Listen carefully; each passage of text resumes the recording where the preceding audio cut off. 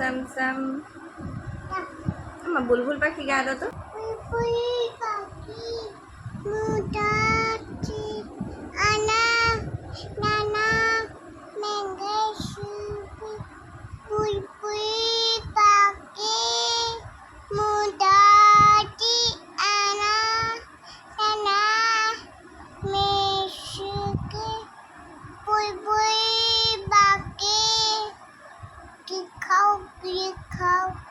বুলবুল পাখি ময়নাটিয়ে আয়না জানা গান শুনিয়ে,